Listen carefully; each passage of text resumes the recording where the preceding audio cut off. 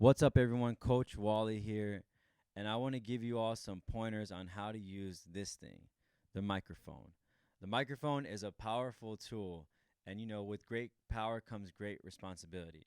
So, I want to go over a couple things, how to use the mic and get the most out of it. So, first things first, let's talk about as far as direction goes. You want to have the microphone directly in front of you, 1 to 2 inches in front of your mouth is great. You don't want to have it down here, and you don't want to have it all the way, so that your mouth is almost covering the microphone. Also, if people use the microphone, that could be just dirty. That's just bad, bad, bad, bad. So keep it 1 to 2 inches away from your mouth.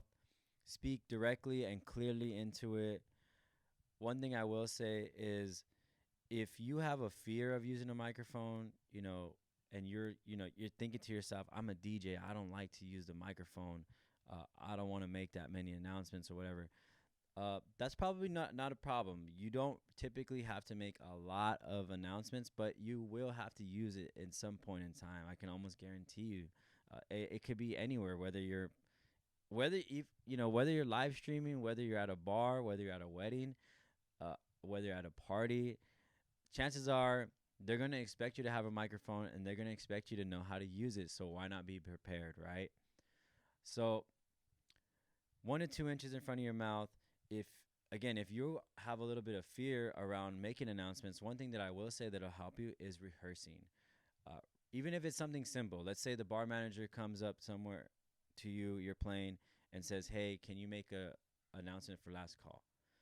So something you don't want to do is just immediately receive that message, turn the microphone on, and go, "Last call." If you did that, people are gonna be looking around like, "What just happened? Did somebody say something? Was it an? Did you guys hear that?" That's not what the bar manager wants from you. They want to make an announcement, and so if you need to rehearse that, rehearse it in your head. Okay, last call. Okay, I got it. So once you're ready, turn up your level. If you're using a mixer and your microphone has a volume control or a level control, make sure that that's at a proper level so that when you talk, it sounds good.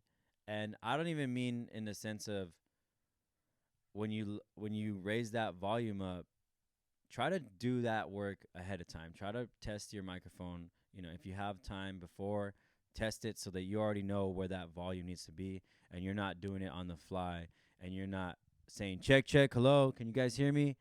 You want to make sure that that's already been done.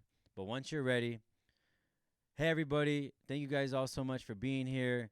It is last call, last call. Make sure you guys go get your drinks if you're thirsty. It's last call. Thank you so much. We're not done here. Let's keep rocking. When you make an announcement like that, bar manager's happy. People are happy that they got the announcement and you did your part right. So just make sure that if you have to make that announcement, do it and just take your time with it. It's not, for the most part, usually it's not like an instantaneous thing that needs to happen right then and there. You have a little bit of time to rehearse. So if making announcements is a little bit of a fear for you, rehearse it, and then once you're ready, go ahead. Another thing I want to talk about is, let's say that music is playing. So I'm gonna play a song. Think about it. She don't slow down and she won't stay quiet. Called her up, this you, hey girl, here about to reach soon. Said, give me. You probably couldn't hear what I was just saying to you. I was just talking a bunch of gibberish, to be honest. But the important thing about that is that it's hard to hear announcements when they are over another voice, right? And that's something that we also teach in DJ University is, we don't like clashing lyrics, vocals over vocals. It's hard to focus on the things that are important. Do I focus on the song? Do I focus on the MC? And especially if it's a good song and it's one of my favorite songs, and I'm going to be focusing on that song announcement. I'm not going to be hearing that, right? So one way to talk over some lyrics. So let's try that again.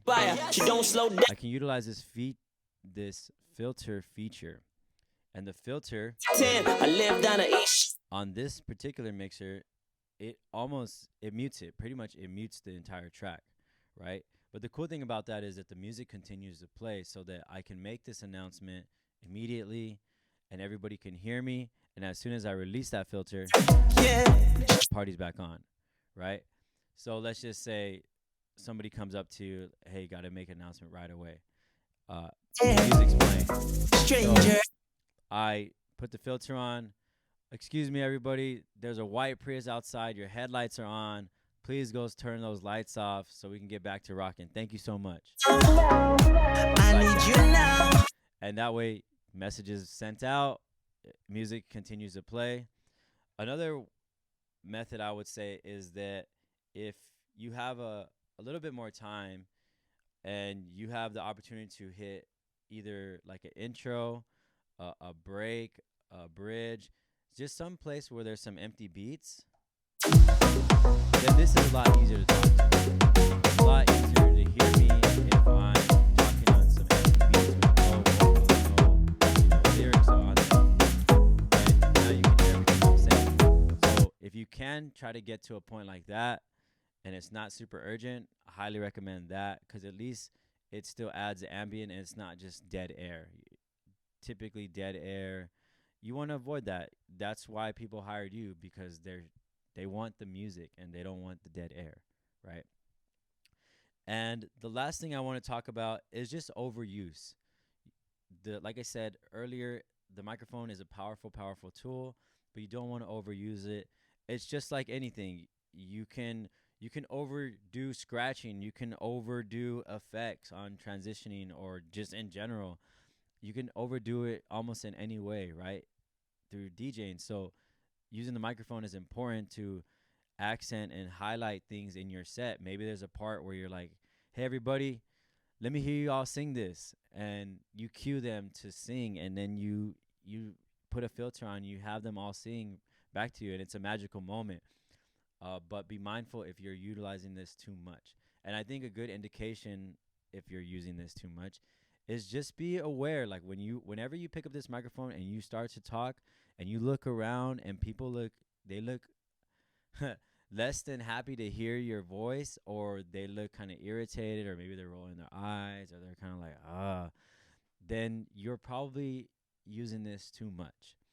So, and that comes with the territory. As a DJ, we should be reading the crowd. We should be constantly looking, scanning, when we're playing, and even when we're talking on that microphone, we should be aware of if it looks like people are listening. That's one thing, especially I didn't even think about, but it should be aware that even when you start to make that announcement, maybe people turn, and that indicates that, hey, like, I can hear you.